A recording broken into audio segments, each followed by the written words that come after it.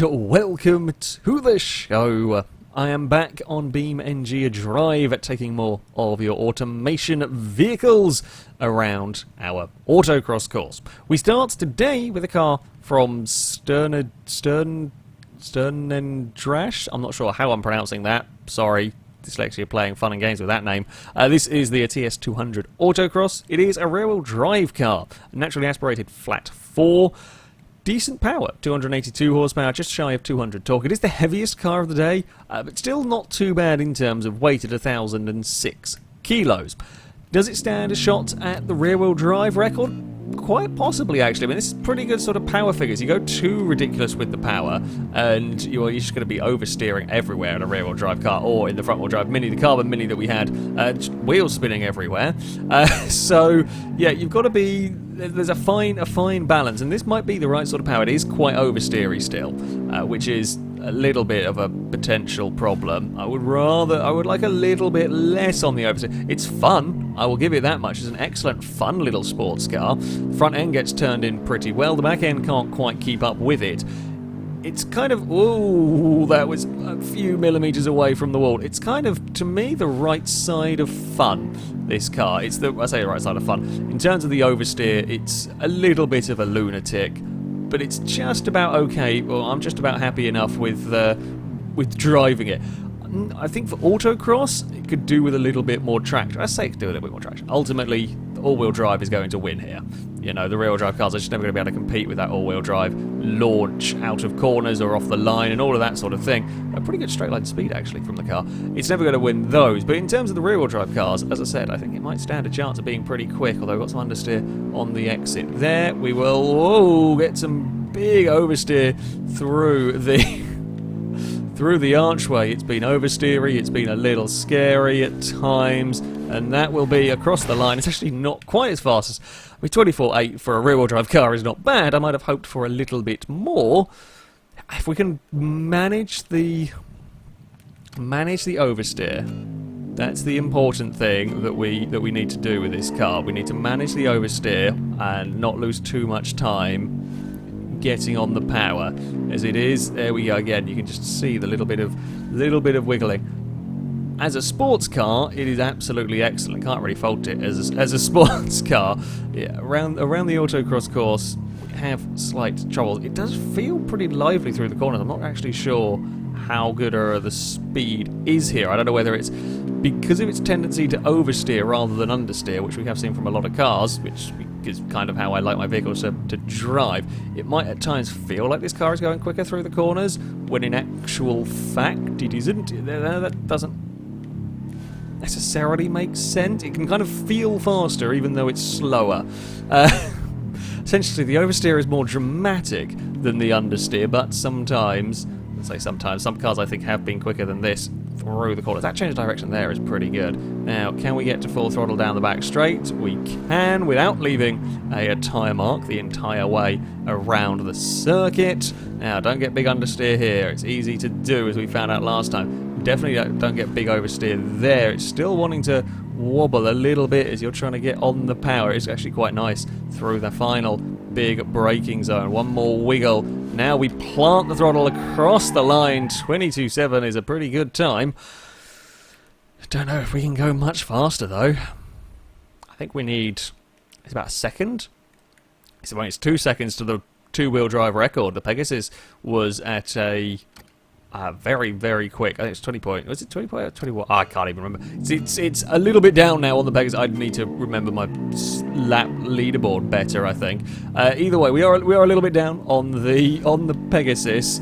Oh, we're going to get some big oversteer. Problem is now I've got to try and find places where I can find essentially lap speed, run speed, whatever you want to call it, with this car, and that's going to mean trying to get on that throttle a fraction sooner, carry that little bit more speed into a corner. This is where you run the risk of a mistake, or in my case, two big oversteer moments. I mean, they're not the worst oversteer moments that could befall. It's not a spin at the end of the day. However, you don't really want them. You don't. No, that's just kind of hemorrhaging time right there. You are just hemorrhaging time. The more the car slipping and sliding, through there, you're wasting those little fractions of a second. I've said this about a few vehicles. This is another one, another car that I would very much love to do a proper, like, I would love to be able to put these cars into a game with proper multiplayer racing and race a field of these, because that would be amazing. I don't know if and when we might ever see multiplayer in Beam. It would be amazing, but some of these cars have been excellent, would make excellent single-make race series vehicles, because this is a very, very large amount of fun to drive. Maybe not quite so perfect for the autocross course. Yeah, we lost too much time sliding around, but I like the car. I like the car very much. The TS200 autocross is many, many funs to drive. So, our next rather serious looking car, this comes from Titus Clean. It is the Riva 200R. It does stand a pretty damn good chance of going quick. Whether it can beat the Fireball or not, I do not know. But it is a turbocharged flat 4, powering an all-wheel drive car, 521 horsepower, 364 torque. That's a lot of power, a lot of torque in a car that weighs just 949 kilos. That's big, big power to weight ratio. The question is, though, will it have control? Big tyres, push rods, suspension. I mean, we have seen wheel wobble from cars like this in the past. Not so much from this body style. There's a little bit... Oh, the brakes don't work. Now, I do not know if... That might have been some wheel wobble. Oh, wow, okay, the brakes don't really stop the car. Okay, the brakes are... Did somebody take the brakes off the car? I mean, I know it's very, very quick in between the corners. It doesn't really stop, and that's very alarming. I mean, when we've seen ABS failures, it normally only happens every so often. No, this just doesn't actually stop. Okay, this is actually not a problem we've really seen before. I'm kind of surprised, but yeah, the brakes we struggle with. Power band wise, second gear doesn't really work out of these corners quite. The turbos haven't quite kicked in by then. That's a wall. So yeah, first gear is long enough. First gear goes up to 40 miles an hour, which is okay, and I think we can probably get away with gear shifting out of... Yeah, we're not actually wheel spinning. How fast do we go? 99 miles an hour, but we're not going to... Well, we'll put it up in time. We need to go a little bit earlier on the brakes there. So it's one of the faster cars we've seen down the straight. Not quite the fastest cars. We have seen over 100 miles an hour. It's pretty damn fast. The issue is that it doesn't stop. It doesn't stop anywhere, which is not a problem we've really seen outside of, well, ABS failure. In fact, you can see why it doesn't stop anywhere. The brakes are tiny. I don't know whether they're default brake size. That's why it's not stopping. Those are not big brakes at all. Those are not big brakes at all. I mean, that's where the issue is coming from. So it isn't an ABS thing. It might be a little bit down towards the first corner because we have got a lot of shaking from the car as it finds traction and wobbles the giant wheels. But yeah, basically the brakes are piddly. Someone's taken a bike and fitted the wheels from that to an insanely powerful and fast accelerating car. And funnily enough, when you put those two together, it is not easy to drive. Oh no! It's terrifying. It is absolutely terrifying. But there we go. It probably won't beat the Fireball, I'm going to say that much. Even without the braking issues, it's hard to tell actually, but even without the braking issues, I'm not sure. Oh, we've actually pinged. I just saw a shock absorber go through the bonnet. We've got a shock going through. I mean, the car's actually still driving alarmingly well, all things considered. Oh, no, the wheels just bounced itself the wrong way. Can't remember what the three-wheeled record is. I think it's somewhere in the 24s, but that was... I mean, we haven't had a car fail from this far back go as quickly as this, although we have now lost steering down the straight. Oh no, car, please come back, there we go. I haven't seen the whole spring and shock through the bonnet before. That's a new one for this series. Oh, it's lost all its momentum. Yeah, that wheel is now at a really funky angle. It's just ping off wheel, please ping off. There we go, we'll at least get some speed there. Can we go faster than, I mean... We're actually going to put this car, like, not at the bottom of the table. Oh, even with the wheel hanging off for half a run. Hey, it's a 34 with the wheel hanging off. Okay. Okay, well that run didn't go according to plan. It's one more try. It's one more try for the vehicle. What can I do on this run? The problem is now, A, the pressure is on, of course, because, well, the first run wasn't great, mainly because the brakes were terrifying. Second run, we had a crash. Now I've got, well, as much information as I'm going to get about this car. We're going to have to brake early. The scary part, if you like, in this is that knowing that we've got brake issues, I'm having to try and make up time through the corners. But that's what got me in trouble last time, is that I was trying to hug the concrete barriers, make up time where I could, and, well, we hugged them a little bit too close, a little bit too tight, and it tore a wheel off. I mean, it also goes to show some of the strength we've seen from other cars, in that not every car has lost a wheel from that sort of crash. Some cars actually gone on to still finish their runs, some even setting fast times from pinging off a concrete barrier. To be fair, it may also just be the way that you clip the concrete wall. Sometimes you get away with it, sometimes you get utterly disintegrated. This run is looking better. I'm still a little bit nervous about really opening the taps up in this car. It's the trying to slow it down the other end that makes life difficult. And through barrier, one last braking zone. Yeah, the lack of trust in the brakes doesn't help matters either now. Like, once you know there's a brake problem, it's very, very difficult to do anything. That's not a bad time, actually. A 19.5 in the end for the Reaver. A good car. A good car, handled pretty well. There wasn't too many wheel wobble issues, but ultimately just could not slow down well enough, and around such a technical, such a tight course as this one, that is needed. But a sub 120 is still not bad going. Up next we have a curious looking thing. This comes from Budget Cut Thor. It is the Apex Elder Superline, a rear-wheel drive, naturally aspirated i4. It is not the most powerful of cars, 134 horsepower, 128 torque. It does weigh just over 900 kilos. This is a more period style vehicle, if you like. I should have a look at the brakes. The brakes are massive on this one. It's a period style vehicle. Pretty sure, yeah, it's got vented discs all round, but there we go. Are we going to see a lot of wheel spin from the car? Probably. Are we going to see a very... Oh, I don't think you've got semi-slicks on, have you? No, you do not. We have got, yeah, non-semi-slick shod cars. They have trouble around here. I mean, this is going to be potentially competing with the likes of the pretend Buick. That's the sort of car we're probably likely to see this fight with. The diff is terrible. The diff is very, very bad. It does not let any power escape out of the back of the car. We can't even get away. Even if we wanted to, we couldn't even get away with sliding the car around, because the diff's just going to stop anything from really happening. Oh, please turn, please turn, please turn, please turn. It's not the most boat-like car. It does actually shake a surprising amount. I mean, for us, I think it's a 70s sports car. So it's only using 70s parts. So, you know, ultimately, it doesn't have anywhere near as much stuff to... I say, it can't be if it's got I don't know if vented discs. I mean, either way, I certainly know it's a more I would say realistic road car that happens to be losing a 2-litre engine and therefore is allowed to run in this competition.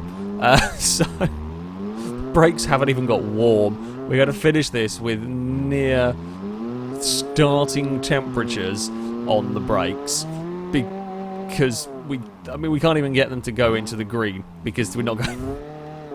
I mean, it's going to be a sub 2 minute. At the end of the day, it's going to be a sub 2 minute. It's not going to quite beat the Vampire, but that's going to be my target. Oh, it's going to be a tough target. Beating the Vampire is going to be a tough target. I think it was a 44.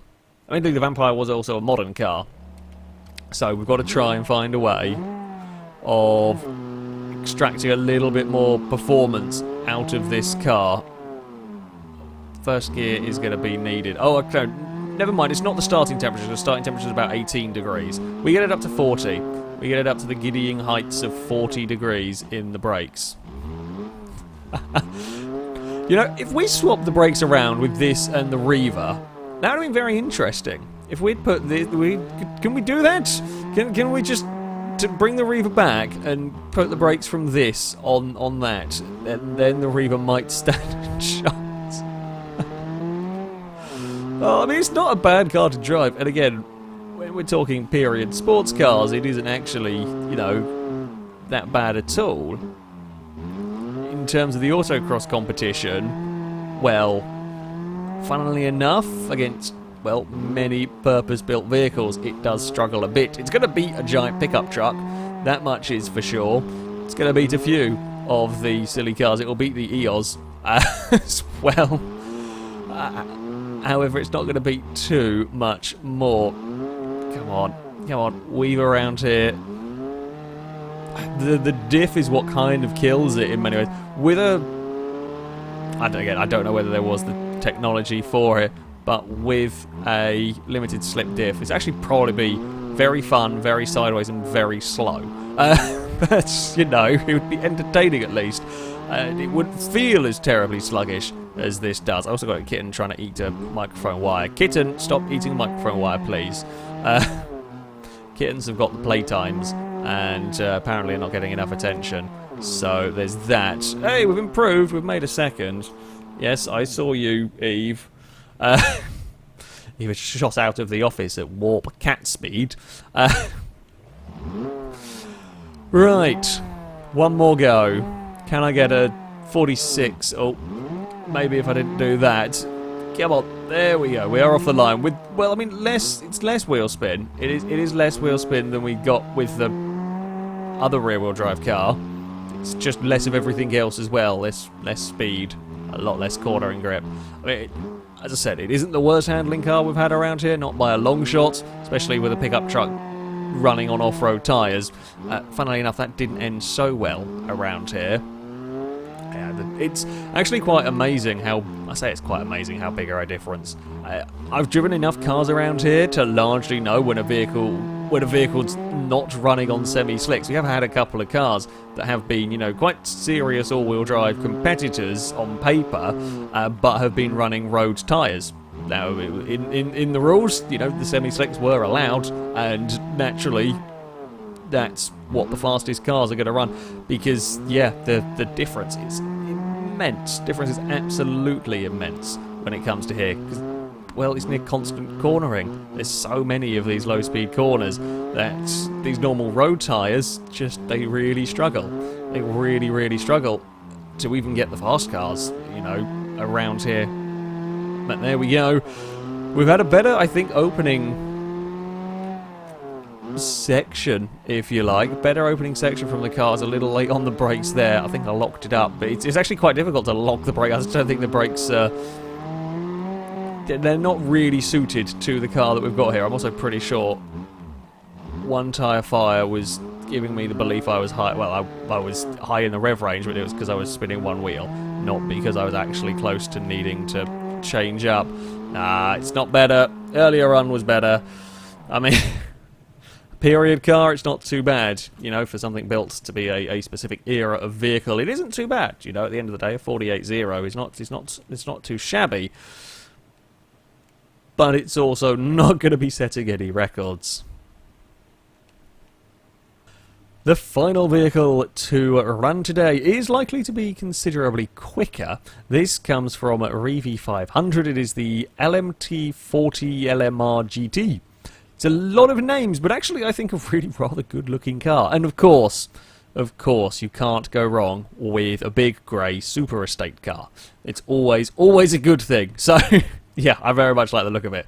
The engine in this, it is an i5 turbocharged, all-wheel drive, 362 horsepower, just shy of 300 torque, semi-slick tyre, massive semi-slick tyres around. Let's hope we don't wobble the car to pieces. Let's see what it can do. Will it have enough grip? Will it actually have enough braking? Ooh, it's actually a manual box rather than any form of sequential, which is, I mean, you're going to lose a tiny little bit of time in the gear shifts. The front end does get turned in very nicely, which is, again, very helpful thing to have around this circuit. We can accelerate away in second gear without too much in the way of issues. I don't think we are... Oh, I actually completely forgot to say the weight of the car. 962 kilos in this one. So again, it's another sub-1,000 kilo. Not bad, actually, for a very big estate car. That is not bad at all for what is a very, very big estate car. It's a big slide as well from the vehicle. Don't turn in too soon, or you'll, well, break a tyre or something important. What are we going to see? Straight line speed out of the vehicle, 81 miles an hour. We have brakes that work. We have ABS that works. We have a lot of grip. This is, I mean, I say more like it. I might have changed down one too many there. I think we probably want second out of these corners. I'm liking the car so far. I'm liking the vehicle so far. Not just because it's a big, fast estate car. It's a damn fast estate car. Oh, it's a very, very quick estate car. It's into the 17s. Ooh, okay. That's a good first run. That is a very good first run. I don't know whether... Trying to get it now, trying to find another second and a bit on top of that run is scary, but I will say I am impressed with the car. I also double shifted up. God damn it. So, we're not going to find that 16 on this run. I did not mean to do that, and we have turned into the corner, and the wheel's inside out, isn't it? Yep, you are an inside out wheel. Oh, bugger. Well, as we've seen, it is very easy to break your car around it. The wheels do like weird things as well. It's like they snap. I guess it's like we snap the tyre up, but they somehow still manage to get power to it. That wheel is somehow still getting. Oh dear. We've got another spring through the bonnet. Okay, well, the very nice-looking estate car. Ooh. Yeah, when you snap the wheels of the automation cars around this course, it does weird things. No, it can't really do very... I think actually some of the wheels get inverted and start powering backwards. Okay. That run we crashed out of. Don't double shift the car. Don't double shift the car off the line because it will only needs to go up to second. Now, don't click... I mean, what catches you out with this is that it really does turn in very, very well. Like, we've had a fair few cars with these massive tyre widths that just haven't worked out for, you know, for various reasons, essentially. We've had a lot of wheel vibration from some of them. This one, we don't have any of it. It doesn't even shake any of the bodywork whatsoever, which is very, very nice thing to have with your vehicle. Again, it's a car that can be... you can be aggressive with. Okay, yeah, I ballsed it up on the second run. We were a little bit perhaps too aggressive into turn one and ultimately paid the price for, well, by clipping the concrete barrier. I can get away with a lot more in this car than a lot of the vehicles that have run. I'm trying to take the better line onto this back straight. Fire the car down here. And another big start. Actually, the brakes working very, very well at the bottom there. I was maybe a touch early on them. Almost pinged off the concrete barrier. Here we go. The final braking zone once more. I mean, it feels very quick. It's almost like it doesn't feel like a 17. I'm not quite sure why that would be. It is... it's not quite a 17 that time around, an 18.5. That's a damn fast car. Might be one of my favourite vehicles so far. It may well be one of my favourite vehicles so far, partly because it is a very fast estate car. It does drive very, very nicely. It does drive very nicely indeed. In terms of speed, in terms of acceleration, and so on, might just be lacking. I mean, power to weight ratio is very good in this. I think it's a little down on the Fireball. If I remember rightly, that's about 700 kilos. So to have got so close is very, very good going. It's very good going indeed. So, on to our leaderboard, and it is an impressive fourth place from the LMT. That's 17.7. It's only a tenth of a second down on the Eagle Nova. Becomes only, well, the fourth car to break the 118 mark. That is a very quick time for what is not a particularly small vehicle either. So, yeah, I'm very impressed. Very, very impressed with that car. Very nice vehicle to drive. Fantastic looking car. And, yeah, getting a sub-18 is very good indeed. indeed. We have to go a little bit further down to find our next vehicle. Not too far, though, for the Reaver. It is a 19.5. Again, sub 20 is good around here. Truth is, that could have been a lot faster with some proper brakes on the car. The braking was, well, terrifying. It just didn't really stop. And when you've got those sort of issues around a track like this, you're going to struggle. Still, I mean, getting a sub 20, considering the massive braking issues, or the tiny brakes, it's pretty good going. We now go down towards the mid-table to find the TS200 Autocross. 22.7 will put it a teensy tiny fraction slower than the rear-wheel drive table wheel special. That's still not bad, though. Plenty of oversteer from the car. However, it is the third fastest rear-wheel drive car. It is... yeah, I mean, right up there with the table, especially it beats plenty of all-wheel drive cars. That's not bad going whatsoever. Just a little bit more rear-end control would have been quite nice. And then, well, it's quite a long way down. It's quite a long way down that we find the Apex Elder Superline. It is an 88th place, the 47. It does beat out the, well, the stupid useless vehicle, which was essentially a jelly car, the likes of the Eels, the big pickup truck, and the Mini with about 20 horsepower. It can't quite, though, keep up with the likes of the DLW or the Vampire. Not a terrible car. Honestly, if the diff had been better, that would have been a fair bit faster. It might not have had the power, but it would have been a fair bit faster. That diff was pretty awful. That, though, is going to be it for this episode. Thank you very much for watching, and until next time, goodbye.